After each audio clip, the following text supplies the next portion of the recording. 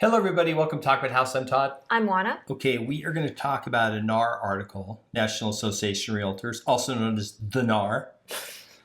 Nearly 90% of metro areas registered home price gains in second quarter of 2024. Mm-hmm. This is opposite what the Crash Bros told us would happen a couple years ago, right? Well, the Crash Bros tell us that the market's crashing every day. Every day. I mean, look, you got to give it to them. They're consistent. They're consistent. So what we're going to do is we're going to go through this. We're going to talk about the where we are in the cycle, meaning the annual cycle, and then we're going to go through a bunch of the data here and kind of go over this with great detail. So before we get started, if you are interested in selling a home, in buying a home, whatever real estate transaction you're interested in, feel free to reach out to us, whether it's in Las Vegas or somewhere else. We'll be happy to help you out or connect you with one of our colleagues. And we would love to connect with you. So remember that our information's down below and reach out, Mr. Miller. Okay. All right. Here is the first quote from the article. Single-family existing home sales prices rose in 89% of measured metro areas, 119 of 223. That's a pretty big number. Mm-hmm. In the second quarter, down from 93% in the previous quarter.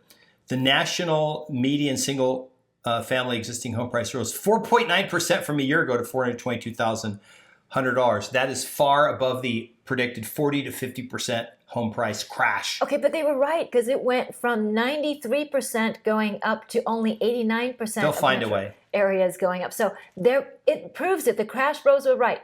It's down 4%. It's down 4%. The trend of, it'd be like if it was 100 one year, it was 99 the next year, then... Right, that's the crack in the dam. Yes. Okay, here's another quote. 29 markets, which is 13% of the number, experienced double-digit annual price appreciation, that down from 30% in the prior quarter. There you go, it's down. 29 markets had 13% had double-digit price appreciation. We were not one of them, but we did pretty well in Vegas. Right, so if you're in one of those markets and if you are a homeowner, congratulations. If you are in one of those markets and you are a would-be homeowner, good luck. Some of those markets were, remember, this is 223 markets. Mm-hmm. Like we're talking, like Lubbock is probably in one of those 223 markets. Right, so they're Schenectady. They're major markets in the U.S., major urban populations. Yeah, you take the big 20, which Vegas is now one of. You have Vegas, Los Angeles, San Diego, San Francisco, New York, Houston, Chicago, Miami, right? The big ones. But, these other markets, like they're important markets because they actually, you laugh at McAllen, Texas, but there's got to be close to 200,000 people More than live that. in McAllen. Yeah, McAllen has close to 300,000 people. Yeah, McAllen's a bunch of people. So you cannot just say, oh, they're insignificant. They're not insignificant. There's a lot of people down there. They have their own economy, like local economy and everything. Right. Well, just like Reno. Reno's about the same size, too. Okay. Yeah, Reno, the biggest little city in the world. That's right. Okay, here's another quote. The record high home prices in most metro markets bring good and bad news, said NAR chief economist Lauren Chun. It's terrific news for home owners who are moving ahead in wealth gains, That's right? Especially if you have a bunch of rentals, high five. However, it's difficult for those wanting to buy a home as the required income to qualify has roughly doubled from just a few years ago. Juana, why is it? We've talked about this a lot. Mm-hmm. Why is it that because you need more income to qualify for a home, that home prices have not fallen in half just to make it easy on the poor buyer? Like if you had a house that you bought for $500,000 and 2 years later someone said, hey, look, I can only pay you $250 because I just can't afford your house. I only make this much and this is all I can afford to borrow. So you have to sell the house for $250. So to paraphrase someone who has millions of subscribers, the market doesn't care about your feelings. And the market doesn't care about your financial circumstance.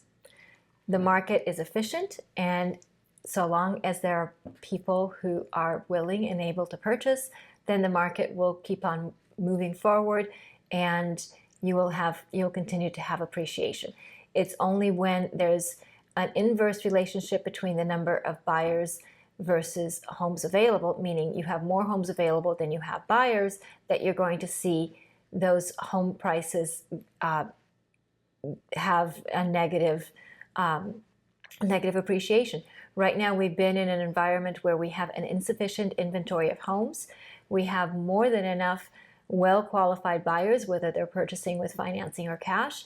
And so you have more buyers chasing fewer homes, and that's where you're seeing a substantial amount of the appreciation. The interest rates haven't deterred appreciation. Uncertainty, politically and otherwise, have not deterred the appreciation. And usually, actually, political uncertainty does have an impact on real estate prices, because people do tend to want to wait and see. But that hasn't been the case this time around. You could argue that the uncertainty and inflation has caused people to flee into more fixed assets like real estate. Either Absolutely. because hedge funds are doing it, right? This whole thing where, this is not meant to be political. A lot of candidates have said, oh, we need to get the corporations. They are jacking up home prices, right? Well, think about this as a politician. You're saying that, but then remember, 2/3 of people are homeowners. And you're like, wait, that's my equity. You're telling me if I can get the most money for my house by selling to BlackRock, we should ban them from buying so I could take, Schmuckatelli's offer that's going to be maybe less money, and he's going to get a loan, and maybe it's going to take, 6 weeks to close and everything, when BlackRock or one of these other companies will give me 2 weeks. I think that's a bit ridiculous. But remember, there's a lot of cash buying real estate, not just hedge funds. They only own less than 2% of all single family homes. So this idea that they own a third or something, I've heard, which is absolutely not true. But remember, there are people buying cash too. We've sold over 3,000 houses, and a decade, 15 years ago, it was about half were cash here in Vegas, but it's still, 30% of the ones being purchased are cash. And this includes luxury, right? Right. So what you're dealing with is, again, you're looking at a bell curve. So people on either end are buying cash. So people who are buying homes that are under 200,000, those people are buying cash. You've got people that are buying homes over 3 million, they're paying cash, and it's everybody else in the middle that is more likely to need a loan. But even when they do need a loan, what does that loan look like? Well, people are putting money down, right? Because loan programs have changed. People have cash. People have been saving because it's taken them a long time to find the right house. So they've had time to accumulate money and be able to put down a reasonable down payment. Now, that's not to say that everybody's putting 20, 30, 40% down. But enough people are putting that down that we're looking at a real estate environment in the U.S. where lots of people, as a matter of fact, more than a majority of people, have a substantial amount of equity if their homes are not free and clear. We should do a video on this, but the amount of equity in homes is the highest it's ever been. It's just a ridiculous number. Right.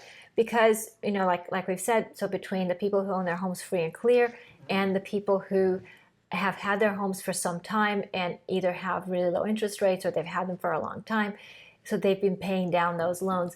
And in particular, when you're looking at what they owe versus the value of the home, we've done videos letting you know that there's been double-digit appreciation and that sort of thing in different markets.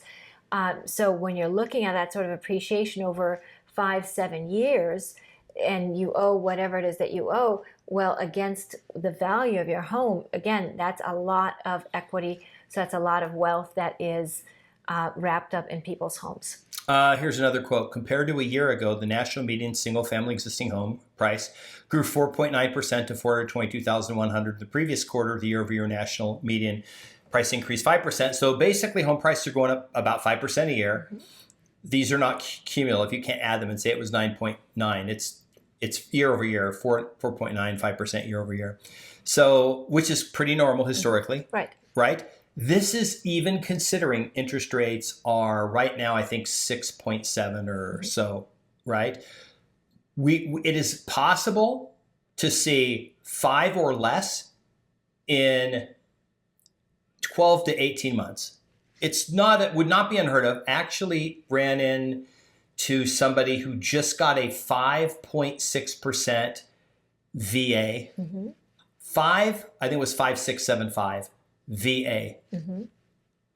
Right. That's crazy. So they are out there. So remember, just because whatever you're reading, this is the going rate. Well, yes, but, right? There's always a but. The story is that, as it's always been, everybody's situation is different. Your Your interest rate is based on your credit score. It's based on the amount of your down payment. It's based on your credit worthiness overall, on your debt to income ratio, on all these other things, on your relationship perhaps with the lending institution. So if you do other business with that lending institution, you might get a better rate still. So there are all kinds of variables in there. So whatever is advertised, like that's the starting point. So where you end up could be higher, could be lower, right? Yeah, I'm going to go back to this. I'll put up on the screen. Wanda, do you know roughly what the median rental is, let's just say in the U.S. for a house, about? Okay, let's say 2,000. 2,000, okay. This quote, which we already had on the thing, the monthly mortgage payment on a typical existing single-family home with 20% down payment was $2,262, up 10.3% from a year ago. So it was basically about 2,000 a year ago.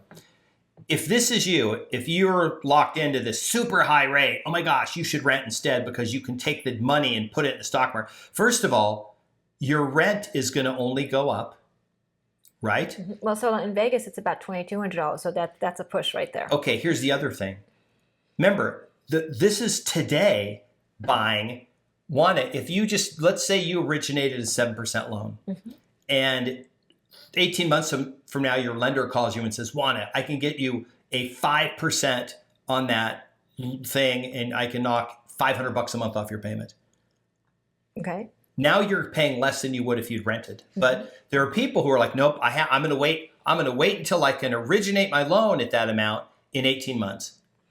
Well, that's fine, and you can do that. So everybody's situation is different. However, what's going to be a fact in 18 months is that the home that you would like will may or may not be available, and the price of that home will be different than it is today. And chances are that the price of that home will be more.